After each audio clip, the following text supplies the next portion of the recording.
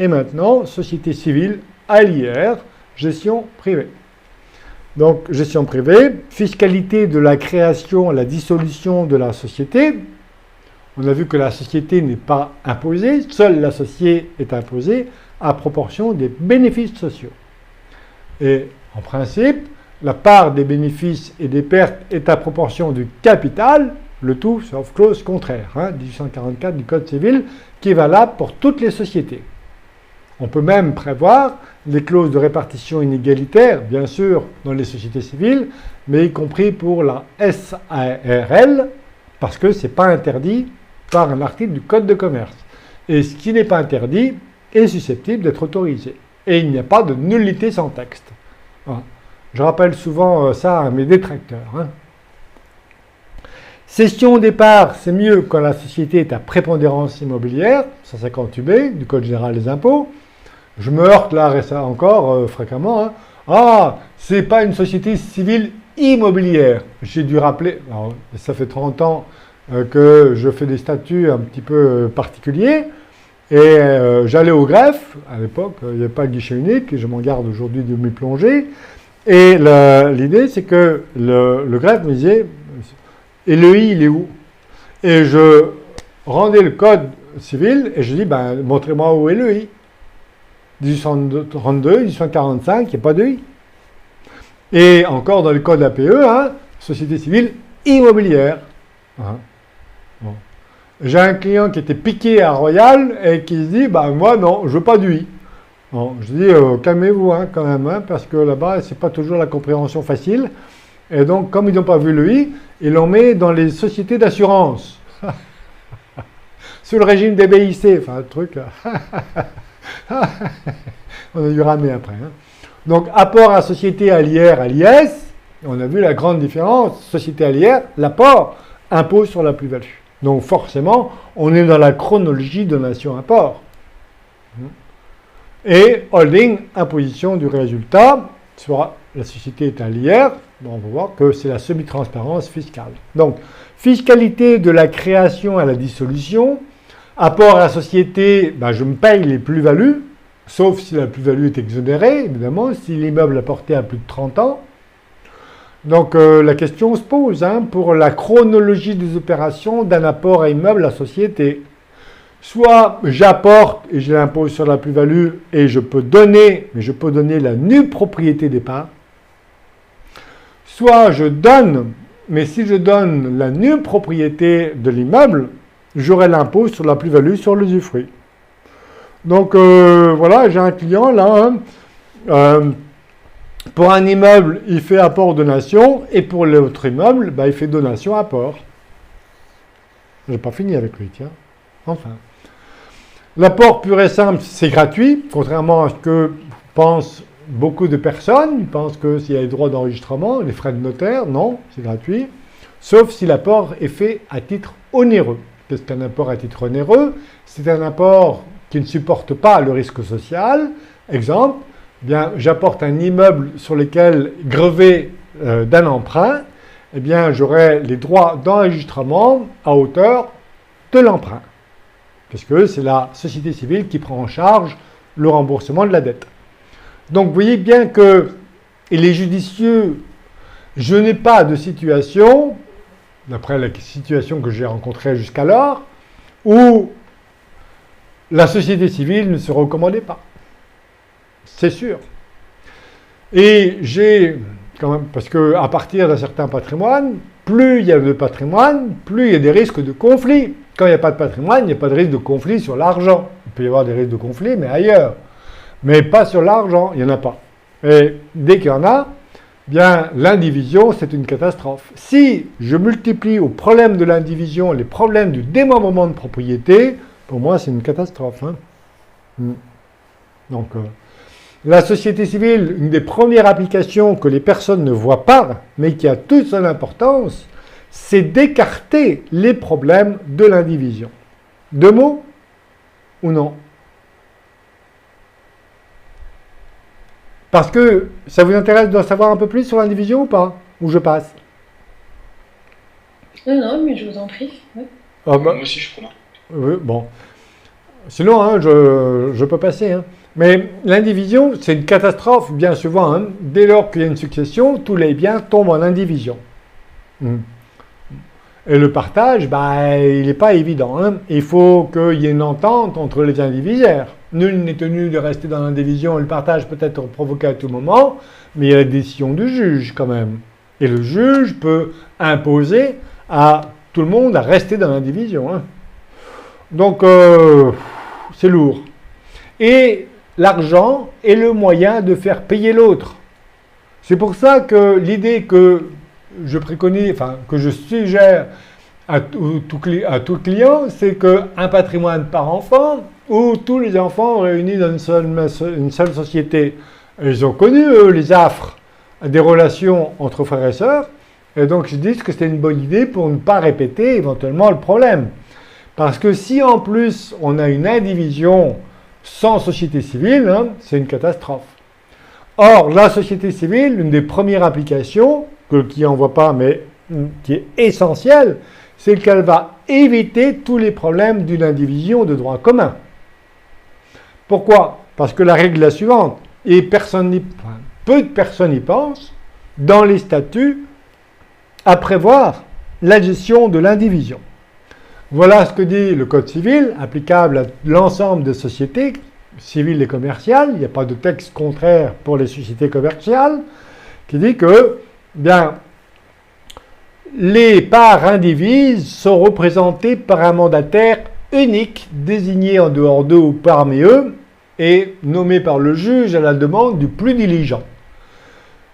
Chez moi, tous mes statuts désignent le mandataire des parts sociales indivises, quand bien même les parts ne sont pas encore en indivision, mais elles pourraient l'être, en cas de succession par exemple.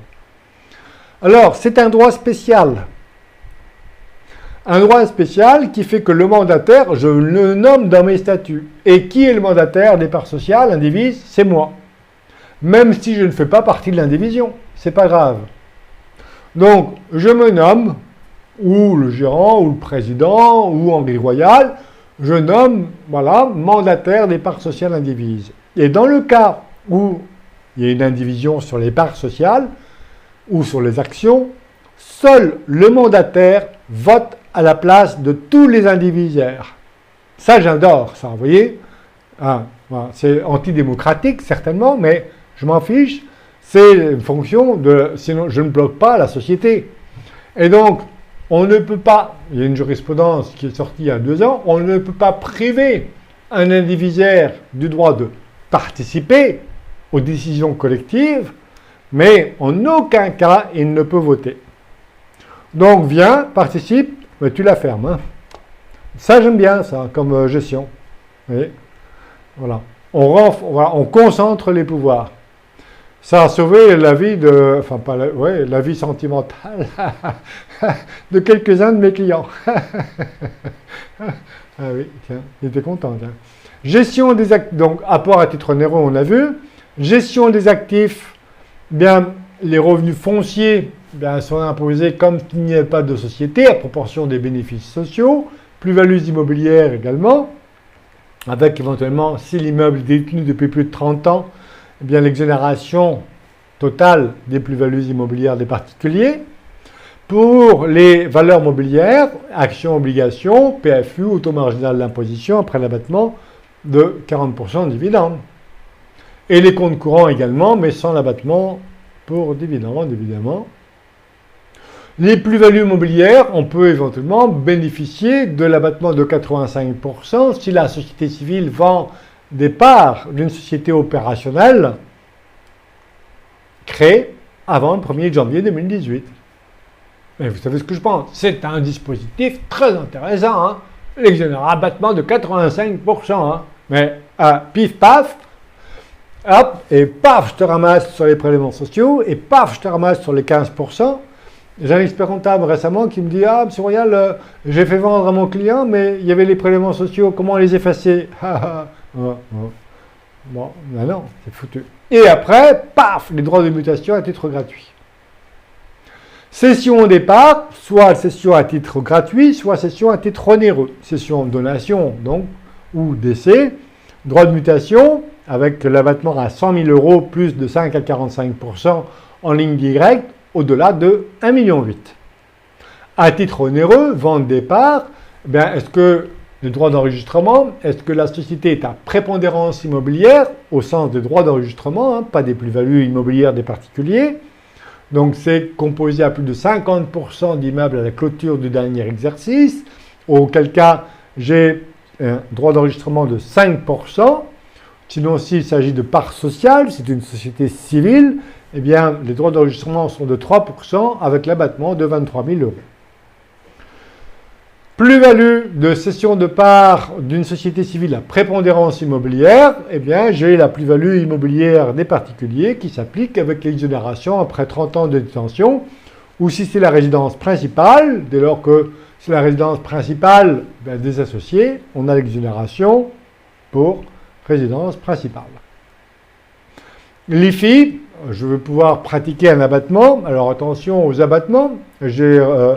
Alors sur LinkedIn, je ne sais pas si vous avez accès à mes publications, ou alors sur mon site, sur le site Gestion de patrimoine du chef d'entreprise, j'ai fait un dossier récemment sur l'évaluation des entreprises, parce que je me heurte bien souvent à mon entreprise, combien elle vaut. Je ne suis pas d'accord avec mon expert. Et donc, quelquefois, j'ai pas mal de clients qui procèdent eux-mêmes à leur évaluation de leur entreprise selon le modèle de l'administration fiscale DGFiP 2006, évaluation, guide d'évaluation des entreprises. Et d'ailleurs, quand le client veut faire appel à un expert, je fais demander à l'expert que figure le guide, la méthode de l'évaluation de l'administration fiscale systématiquement. Parce que sinon, intellectuellement, c'est très intéressant. On a des rapports de 30 pages pour aboutir. Bref. C'est pas ma fonction, ma façon de fonctionner. Donc attention aux abattements également. Abattement pour illiquidité, encore faut-il que ce soit vraiment illiquide. Si je suis le patron de la société et que mes enfants sont minoritaires, ils ont des clauses d'inaliénabilité ou des clauses d'agrément, ce n'est pas forcément ici illiquide, puisque c'est moi qui décide de vendre les parts. Donc attention à l'application de l'abattement pour illiquidité pour les clauses d'agrément. La dissolution, liquidation, partage, si on dissout et on liquide la société, toutes les plus-values qui n'ont pas été imposées vont l'être. Voilà. Et puis le partage, en principe, 2,5%, mais attention, uniquement s'il y a un acte de partage. Quand je dis ça, tout le monde me regarde. Ah bon? C'est vrai? Ben oui, en effet. Il n'y a que des droits de partage uniquement s'il y a un acte qui décide ou qui constate le partage. Donc ne jamais constater le partage. Voilà. C'est bon? Vous m'entendez? Oui. Bon, non, parce que j'ai un message comme quoi changer d'audio, personne ne vous entend, patati patata. Bon. Moi, je vous entends très bien. Je ne suis pas Florent et Romain, je ne sais pas. Pour moi, c'est bon également. Ok, super. Voilà. Donc, attendez, j'enlève le message. Donc, il ne veut pas partir. C'est pas grave, je continue comme ça. Ok, donc voilà, pas d'acte de partage et on évite les 2,5%, ce qui constitue une surprise générale. Donc voilà le détail, dissolution, liquidation, partage. La dissolution entraîne les effets de la cessation d'entreprise, mais comme il s'agit d'une société allière où les résultats sont imposés chaque année au fur et à mesure, seules les plus-values qui n'ont pas été imposées vont l'être.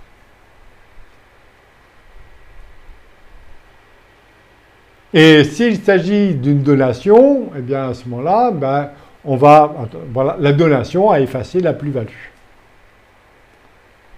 Mais attention, autant la donation des parts de la société efface la plus-value relative aux parts sociales, la donation des parts d'une société civile n'efface pas la plus-value relative à l'immeuble détenu par la société. Donc attention. C'est pour ça que dès que je crée une société, je mets les enfants tout de suite majoritaires en capital. Parce que si j'attends et qu'ensuite je donne les parts pour opérer la transmission, et qu'ensuite la société détient plusieurs immeubles, vous voyez que quand la société détient plusieurs immeubles, il est impossible de vendre les parts. L'acquéreur ne voudra jamais acquérir des parts qui détiennent des immeubles hétérogènes. Donc il va exiger de pouvoir acheter l'immeuble. Oui, mais la donation des parts n'a pas effacé la plus-value sur l'immeuble détenu par la société. Il faut vendre les parts pour avoir effacé la plus-value. Donc quand je vois des transmissions de société civile de la nue propriété pour effacer la plus-value, pour transmettre, je rigole. Enfin, je rigole pas parce que c'est triste pour le client. Mais quand on s'aperçoit que les parts sociales seront invendables, ça peut arriver, eh bien, quand on va vendre l'immeuble, le prix d'acquisition sera la date d'entrée de l'immeuble dans le patrimoine de la société civile. C'est bon? Suis-je clair? Oui. Et le droit de partage uniquement s'il y a un acte. Voilà. Théorie du partage verbal. Donc maintenant, j'appuie par les textes. Pas de droit de partage en l'absence d'acte.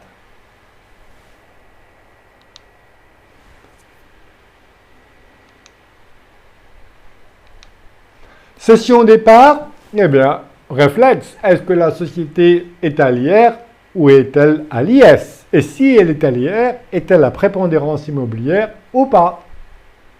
Si elle est à l'IS, je vends éventuellement soit l'immeuble, la société vend l'immeuble ou je vends les parts.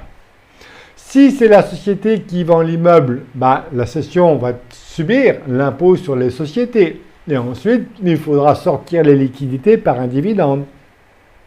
Si je vends les parts de la société à l'IS, bien j'ai les plus-values mobilières qui s'appliquent. Donc éventuellement avec l'abattement de 65% pour délai de détention. Mais le plus souvent, il vaut mieux l'option pour le PFU. Plus la CHR. La société est à l'IR, bien si elle a prépondérance immobilière, soit la société vend l'immeuble, auquel cas, comme un particulier vendrait l'immeuble comme s'il le détenait directement l'immeuble, ou alors on peut vendre les parts de la société civile si elle détient qu'un seul immeuble. On l'a vu. Alors vous voyez que bien souvent, avant, je disais, tiens, allez, un immeuble par société. Mais maintenant, je suis passé par une société par enfant. Et quand le patrimoine peut le justifier, une société par immeuble et par enfant.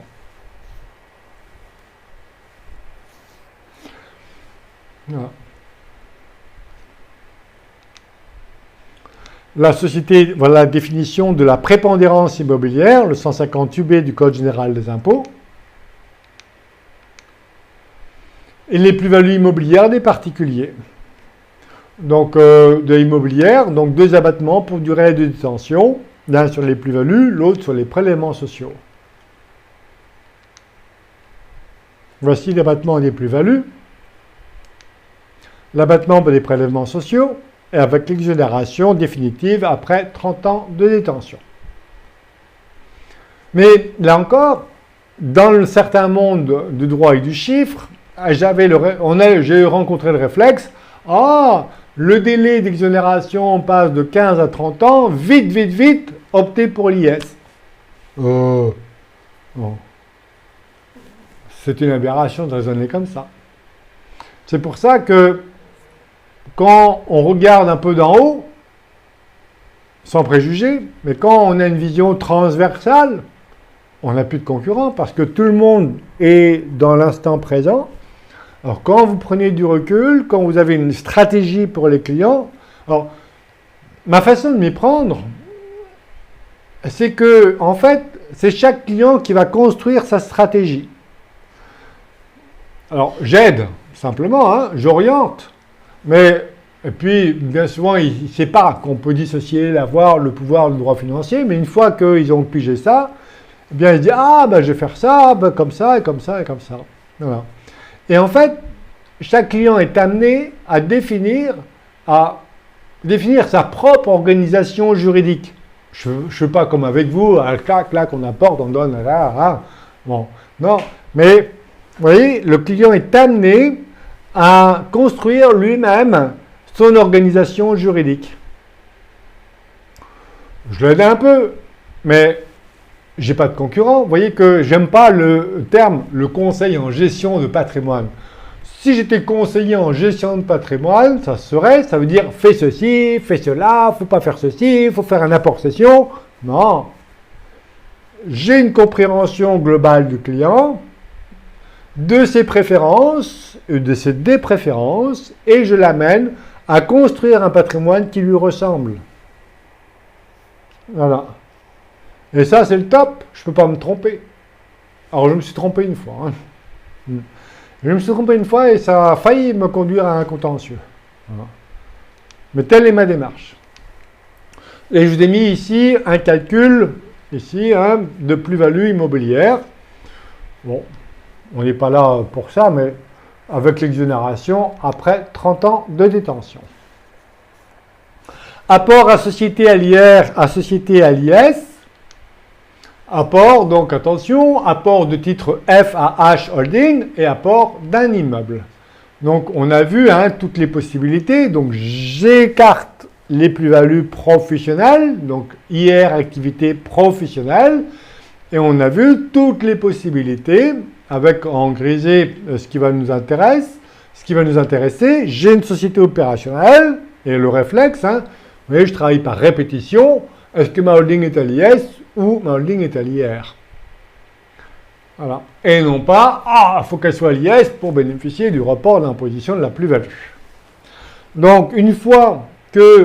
Alors, si, vous voyez que ça rejoint un peu ce que vous disiez tout à l'heure, c'est-à-dire que j'ai ma société opérationnelle, j'apporte une holding, piège. Est-ce qu'il fallait apporter une holding? Est-ce qu'il ne fallait pas rester tranquille pour que ce soit la société opérationnelle qui soit la holding hein? Donc, rappelez-vous toujours, souvent je raisonne par le bas. Vous voyez, tout le monde veut créer des holdings par le haut. Donc, hop, j'apporte des titres à une holding en report d'imposition. Et très souvent, moi je dis par le bas. Ça veut dire que c'est la société actuelle qui va créer sa fille.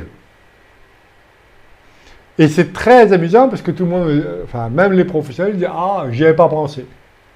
Bon. C'est pour ça que c'est le piège de l'attrait fiscal, du report, du sursis, des textes qui construisent des industries, mais qui va à l'encontre des intérêts du client. Donc ici, j'ai une société à l'IR, je peux apporter à une société à l'IS, patrimoniale ou opérationnelle. On a vu que dès lors que la société civile à l'IR a prépondérance immobilière, et je présume que la société à l'IS est la société opérationnelle, je vais bénéficier d'un sursis d'imposition de la plus-value. Très intéressant, mais on a vu, pour inscrire l'immobilier à l'actif de l'entreprise. Donc, deux méthodes pour inscrire l'immeuble à l'actif de l'entreprise. Soit j'ai une société civile qui détient l'immeuble, soit j'apporte les parts de la société civile à prépondérance immobilière à la société à l'IS en sursis d'imposition. Et tout de suite après, je vais donner les titres de la holding à l'IS à mes enfants, puisqu'une donation efface définitivement une plus-value en sursis d'imposition sans aucune condition. Voilà. Alors,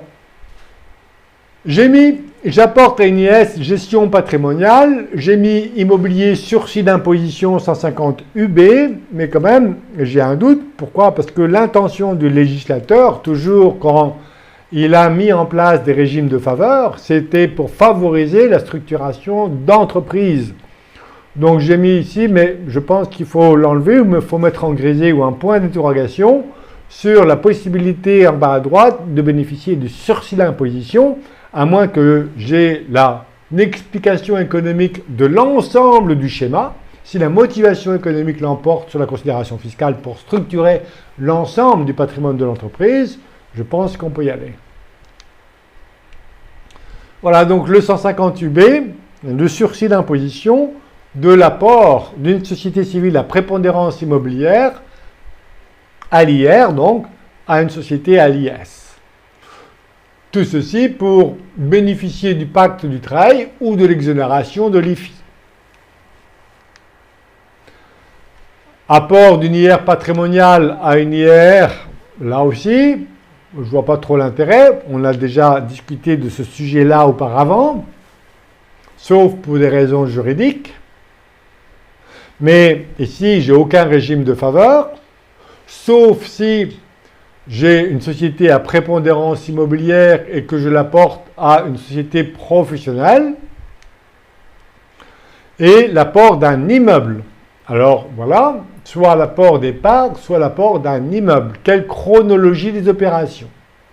Soit l'immeuble, là aussi, donner puis faire apporter, ou apporter puis donner, apporter à société et ensuite donner.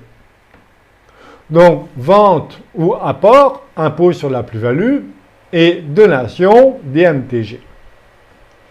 Et la donation efface la plus-value, y compris sur l'immeuble, 150 VB. Donation apport, alors, ou vente, donc donation de la pleine propriété, un impôt DMTG. Donation de la nue propriété, attention, calculez, 2 impôts. La DMTG sur la nue propriété et l'IPV sur l'usufruit. Et il y en a qui disent, c'est simple, on va donner la nue propriété et on va ne faire apport que de la nue propriété à société pour éviter l'impôt sur la plus-value sur l'usufruit apporté. Attention à ce schéma-là. Quand vous avez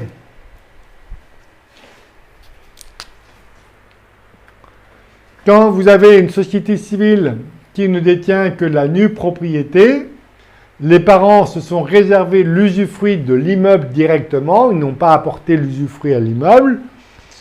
On a une double imposition à l'IFI. C'est l'usufruitier qui est redevable de l'IFI, le nu propriétaire n'a rien à déclarer. Mais ici, il n'y a plus de nu propriétaire. Le nu propriétaire, c'est la société. Les enfants sont pleins propriétaires de parts de société. Donc, ils sont également éligibles à l'IFI.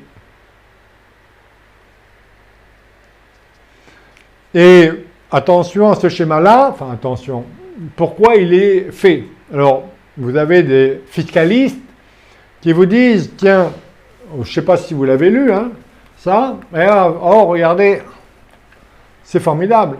Si vous donnez la nue propriété d'un immeuble, bien, vous avez le 669 du Code général des impôts et qui réduit la base taxable.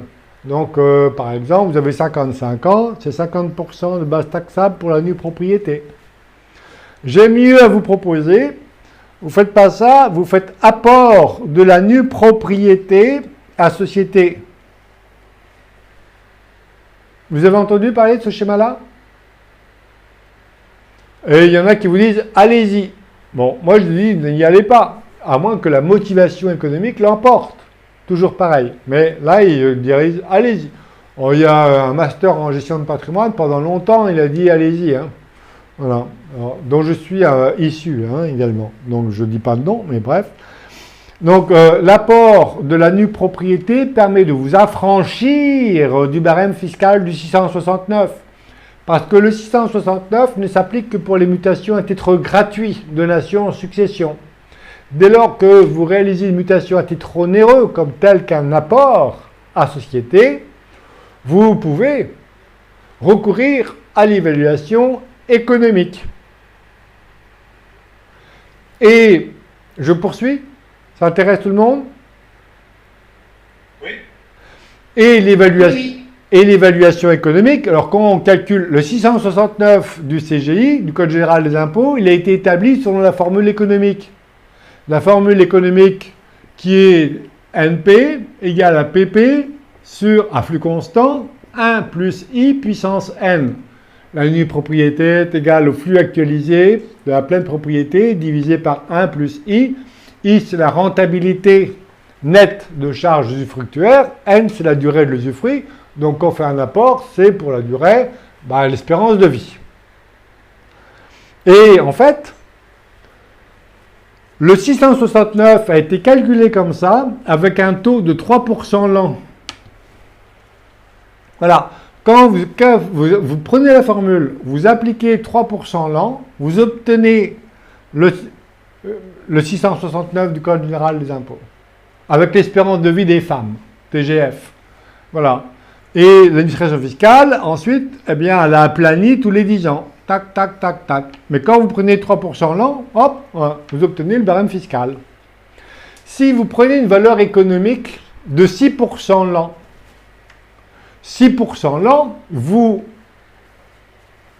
augmentez la valeur de l'usufruit. Vous la doublez, pas exactement, hein, mais vous doublez la valeur de l'usufruit par rapport au barème fiscal.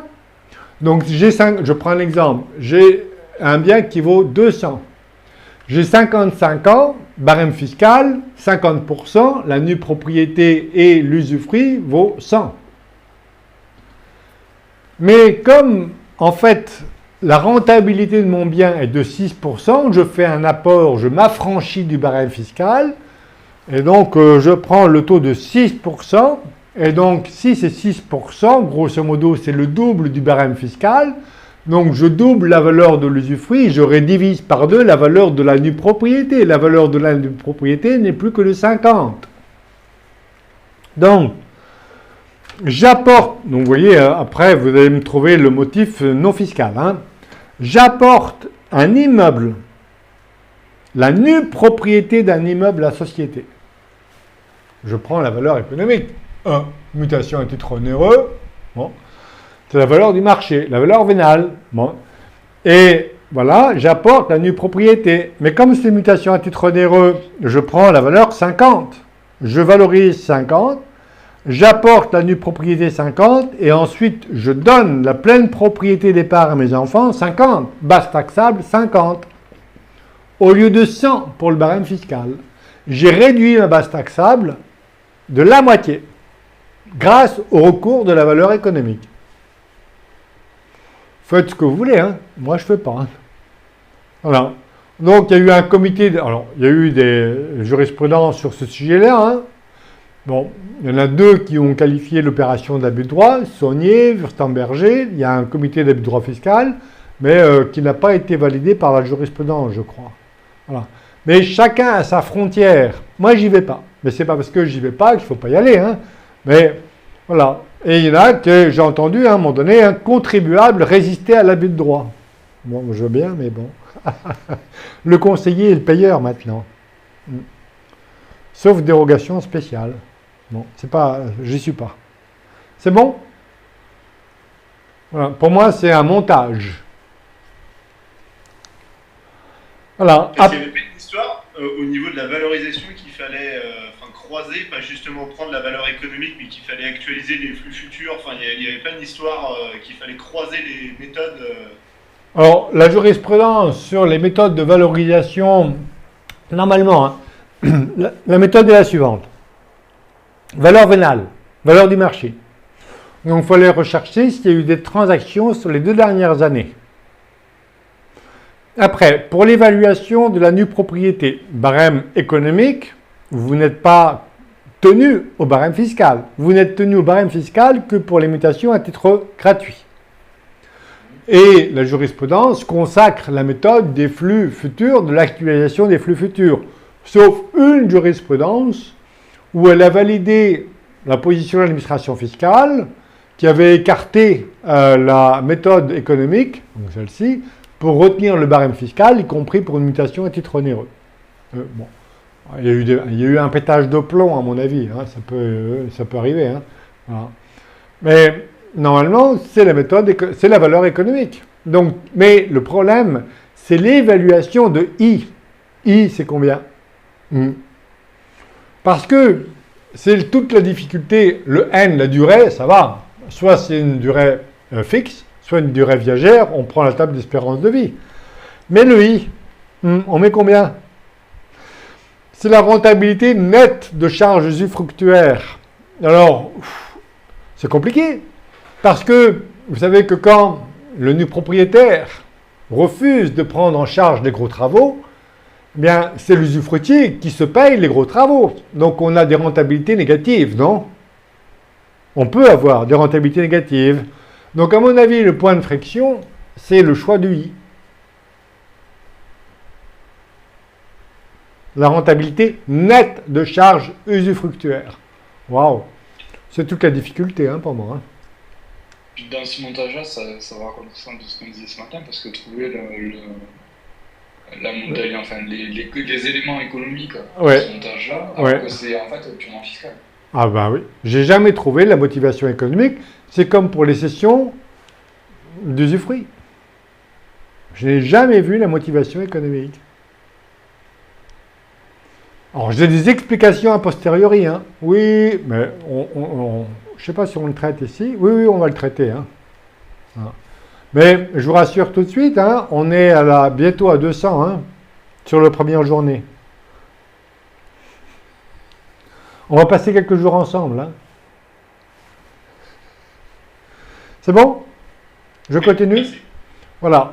Donc, apport de la pleine propriété d'actifs ou de l'immeuble à la société, puis donation de la nue propriété des parts. Donc, à chaque fois, quel est le schéma juridique final? Mais voyez ici, faites attention, je suis usufruitier. Donc, je vais me manger des revenus pendant toute ma vie. Est-ce que j'en ai besoin? Alors, évidemment, si le patrimoine est déjà constitué et je suis jeune et l'immobilier vaut très cher, je n'ai pas d'autre choix que de recourir au démembrement de propriété. Apparemment. Mais si vous faites le calcul des flux actualisés, vous verrez que le démembrement n'est pas forcément un cadeau. Je vous parlais de la simulation que j'avais fait pour un client qui a 80 ans. Quelle est son espérance de vie? Parce que les flux que l'usufruitier absorbe comme ça alors qu'elle n'en a pas besoin seront à nouveau taxés au droit de mutation à titre gratuit. Donc je préfère pouvoir faire mon client qu'il puisse ajuster ses revenus à ses besoins par des parts de préférence, tout simplement. Et vous voyez que comme les enfants sont majoritaires au capital de la société, le fait qu'ils perçoivent l'essentiel du dividende n'est pas constitutif de l'abus de droit fiscal. Donc voilà, je vous ai mis ici les conséquences fiscales. Apport de la pleine propriété d'un immeuble, paf, impôt sur la plus-value. Donation de la nue propriété des parts, un droit de mutation à titre gratuit. Seulement sur la nue propriété, éventuellement, mais attention. Et notamment à l'IFI. C'est l'usufruitier qui est redevable de l'IFI. Quelquefois, il faut savoir donner la pleine propriété. Donation, vous voyez, après c'est du mécano, j'y reviendrai, puisque dans la chronologie des opérations, faut-il recourir, à quel moment recourir au démembrement de propriété? Alors que, aujourd'hui, c'est une habitude, pire qu'un réflexe, l'habitude, c'est tout de suite, les spécialistes du démembrement de propriété, et paf, démembrement de propriété. Voilà. Et vous venez 20 ans après, il y en a qui se mordent les doigts, Donc, donation de la nue propriété d'un immeuble, et le schéma est valable également pour les titres d'entreprise. Donation de la nue propriété, j'y reviendrai, donation de la nue propriété d'un immeuble, et ensuite apport de l'usufruit et de la nue propriété. Alors, j'ai une incertitude juridique sur ce schéma-là, qui est la suivante. C'est ce qu'on appelle le schéma de la subrogation conventionnelle, c'est-à-dire que l'apporteur de l'usufruit de l'immeuble est rémunéré par l'usufruit des parts de la société et le nu propriétaire par la nue propriété des parts. On reporte on reporte le démembrement sur les titres de la société bénéficiaire de l'apport. Selon la jurisprudence, selon la loi, indirectement, c'est impossible. Pourquoi? Parce qu'un apport est obligatoirement rémunéré à proportion des apports. Et un apport doit conférer obligatoirement la qualité d'associé. Or, l'usufruitier n'a pas la qualité d'associé. Donc, comment voulez-vous faire un apport en usufruit rémunéré par l'usufruit des parts qui ne confère pas la qualité d'associé, sachant qu'un apport est obligatoirement rémunéré à proportion des apports. Alors, il y en a qui le font. Alors, moi, j'informe le client et il décide de faire ou pas ce schéma de la subrogation. Il y a un inconvénient fiscal qui est relativement majeur, je trouve, c'est que l'apport de l'usufruit supporte l'impôt sur la plus-value. La donation de la nue propriété n'a effacé que la plus-value relative à la nue propriété. On verra, c'est aussi le schéma qui est employé pour la méthode du quasi-usufruit, pour les cessions d'entreprise, donc j'y reviendrai. Je donne la nue propriété de mon entreprise. Ah, on m'a dit ne jamais vendre, toujours donner, dit Royal. Non, je plaisante. Donc, je donne la nue propriété. Et puis, dans l'acte de donation, je passe une convention de quasi-usufruit, de telle sorte qu'on vend l'entreprise et l'usufruitier reporte ses droits sur la somme d'argent, il en fait ce qu'il en veut. Voilà. Mais je dis attention, c'est très coûteux comme approche. Pourquoi? Parce qu'il y a l'impôt sur la plus-value sur l'usufruit. J'ai mieux à faire. Voilà. Et je m'interroge également sur le but principalement fiscal. Donc on a deux décisions qui qualifient l'opération en abus de droit fiscal, et j'ai deux décisions qui écartent l'abus de droit fiscal. On verra pourquoi il y a eu abus de droit fiscal. Donc ici, conséquence fiscale, droit de mutation à titre gratuit sur la nue propriété et impôt sur la plus-value sur l'usufruit apporté.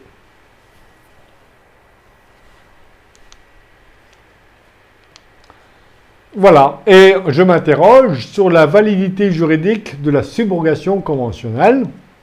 Une partie de la doctrine dit non, et une autre partie de la doctrine dit oui. Voilà. Alors, la doctrine, la loi, les droits de chaque associé dans le capital social sont proportionnels à ses apports. Et l'apport doit conférer obligatoirement à la qualité de l'associé, qui n'est reconnu qu'au nu propriétaire. Alors, lorsqu'il y a des... Alors, ce n'est pas l'administration fiscale, le risque ne provient pas de l'administration, puisque elle prévoit le schéma de la subrogation conventionnelle, et elle précise que ce schéma n'est pas contraire aux règles du droit civil. Bon, moi, je ne partage pas cette opinion-là. Et donc, j'informe mon client, le risque, à mon avis, il est de la part des nus propriétaires. Surtout si j'ai donné à des enfants tout petits quand c'est mignon, mais quand c'est grand, ça peut être con. Non, je plaisante, mais ça peut se poser à moi et éventuellement revendiquer l'annulation de la société pour absence de cause. Donc, j'informe mon client et c'est lui qui prend le risque ou pas. Voilà. Et récemment, il y a un client qui m'a dit non, non, je ne recours pas à ce schéma-là, il y a trop de risques.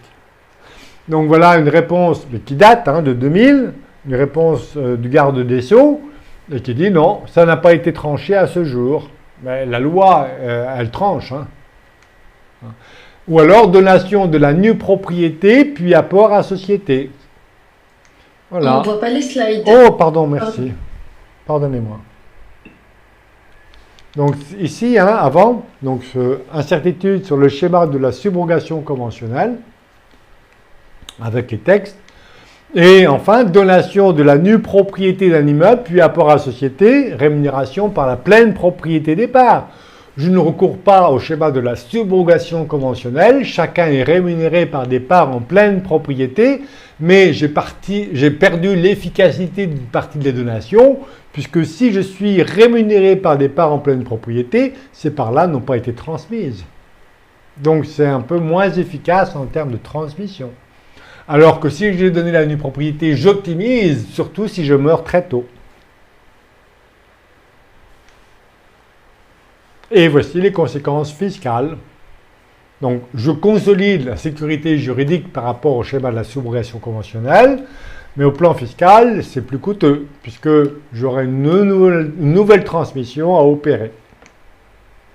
Ou alors, apport de la nue... Ah, ben voilà, on l'a parlé auparavant. Donc, apport de la nue propriété d'un immeuble, puis donation de la pleine propriété des parts. Les parents apportent la nue propriété d'un immeuble à société. et ensuite ils donnent la nue propriété des parts, et ils prennent l'évaluation économique pour évaluer l'apport. Et on a vu qu'on pouvait réduire, ici dans l'exemple que j'ai pris, par 2 la base taxable, droit de mutation à titre gratuit. Attention, ce schéma peut encourir les fautes de l'abus de droit fiscal. J'ai une décision du comité d'abus de droit fiscal et j'ai une double imposition à l'IFI. Donc, conséquence fiscale, impôt sur la plus-value, puis en plus, impôt sur la plus-value sur la nue propriété apportée. Donc, j'ai 2 impôts, hein. C'est comme la vente, puis la donation. J'apporte impôt sur la plus-value, puis DMTG sur la nue propriété.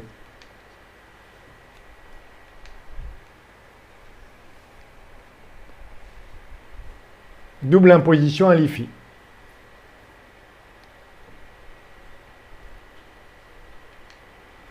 Et enfin, donation de la pleine propriété, puis apport à la société. Donc voilà, la donation a effacé la plus-value. On n'a pas tiré parti de l'article 669 du Code général des impôts correspondant à la donation de la nue propriété. Mais bon. Et donc voilà, l'idée c'est de faire ça le plus tôt possible et de faire entrer les enfants au capital de la société le plus tôt possible. Pour éviter notamment le fait que la donation des parts n'efface pas la plus-value relative à l'immeuble ou au patrimoine détenu par la société. Donc, donation de la pleine propriété de l'immeuble, oui, j'ai des droits de mutation sur la pleine propriété. La décote pour liquidité n'est pas applicable. Elle n'est applicable, la décote pour liquidité, que si la donation porte sur les parts sociales. Mais, avantage, c'est que la donation efface la totalité de la plus-value. Apport de la pleine propriété à société, impôt sur la plus-value, sauf si l'apport a lieu juste après la donation. Et les enfants sont imposables à l'IFI s'ils dépassent le seuil, avec l'abattement pour illiquidité des parts. Et on termine par l'imposition du résultat, ici, idem. Donc la holding, imposition du résultat. Ici, la fille est à l'IR, la mère est à l'IS. Et on a vu que IR, chacun déclare sa quote-part de bénéfice au capital. On a vu qu'il n'y avait aucun intérêt fiscal. Il peut y avoir un intérêt juridique à le faire. Et IR, on a l'application de l'article 238 bis K. Les résultats de la société à l'IR laissés à la disposition de la mère à l'IS suivent les règles de l'IS et avec l'amortissement éventuellement des immeubles.